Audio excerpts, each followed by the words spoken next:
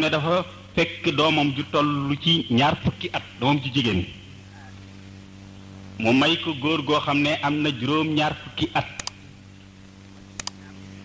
te ndaw sa moom lu jiitu ñu di ko maye wane ne bëggul góor gi yilimaan gi itam ji ko maye xam na ne bëggut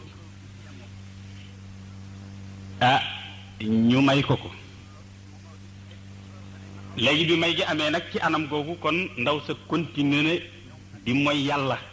ndax ki mu bëggul léegi nag kii laaj xam nga dafay laaj mooy yàlla googu bàkkaar ba est-ce que wayjur wi nga xam ne moo ko may ku ko bëggul moo koy gàddu wala déet kon laaj bi danañu ko tontu waaye su fekkee ne am na ci lenn njuumte lu ci am sëriñ bi dana wéral njuumte loola li ñuy njëkk a xamle moo di ni yonent bi alayhi salaatu wassalaam aaye na ci ay ahadis yu bari baay bi may doomam kenn lu dul def ko laaj xalaatam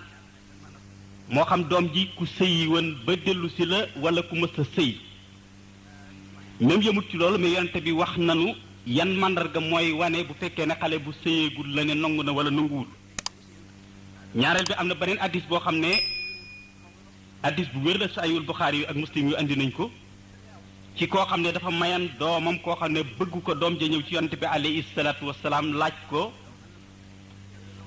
ne ko man sama baay dama may koo xam ne bëgguma ko te mënumaa continuer ak moom te yaa fi nekkal diine islaam ma ñëw di la laaj lan mooy pexe ba mu ñëwee yonent bi alayhi salaatu wassalaam tas sëy ba fa saasa woo way jur wa yedd ko ne ko gannaaw bu ma waxee ba noppi te maa ngi ci kaw suuf nan ngeen di wuute ak li ma wax kon loolu wane na ne jaaduwul ci ab jullit bu gëm yàlla muy may doomam koo xamee ne xam na ne bëgg ko mu des nag gannaaw bu ko mayee ba noppi nag bàkkaar bi ndax way jur wi moo koy jël wala ilimaan ji wala ndaw si rek ma ne bàkkaar bi ñoom ñett ñépp kenn ku nekk am nga ci ab cër te fenn fu nekk dañ leen wax fañ ci sukkandikoo ba wax loolu wala fa ci borom xam-xam yi sukkandikoo ba wax loolu way jur yi moom li ko ci may ab cër kooku leer na gannaaw boo xam ne yonent bi alayhi salaatu wasalaam nee na def leen lii mu moy ko kon may na yonent bi alayhi salaatu wasalaam te yàlla dafa wax ne ati allah wa ati o rasula kon ku moy ndigal yonent bi alayhi salaatu def nga njuumte kon am na bàkkaar ci moy gi mooy yonent bi ba moy googee mu ko may yóbbe sabab moy gi doomam mooy gannaaw bi waaye ilimaan ji itam yonent bi alayhi salaatu wasalaam dafa wax ne man raa minkum munkaran fal yughayyiru bi yadihi fa in lam yastati fa bi lisaanihi fa in lam yastati fa bi qalbihi fa zalika ad'aful iman dafa wax ne képp ci yéen koo xam ne gis nga loo xam ne lu jaaduwul la bu dee luñ mën a dindi ci loxo ak kàttan na nga ko ci dindi su fekkee ne lu làmmiñ di dindi itam nga aaye ko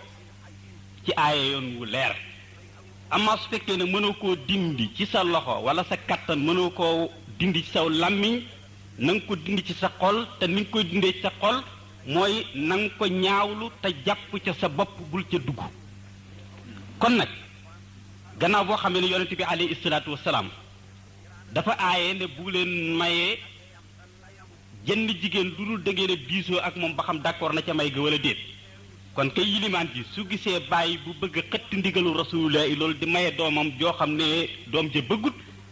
la ko lislaam sant mooy mu aaye bàyyi ba ne ko bul ko ko may su ko aayee mëntatee mu may ko ko nag moom mu jàpp boppam bañ a maye du yam ci bañ a maye sax waaye na dagg bu mu kóllëre ga jaar diggantee moom muy naqarlu gam koy naqarlu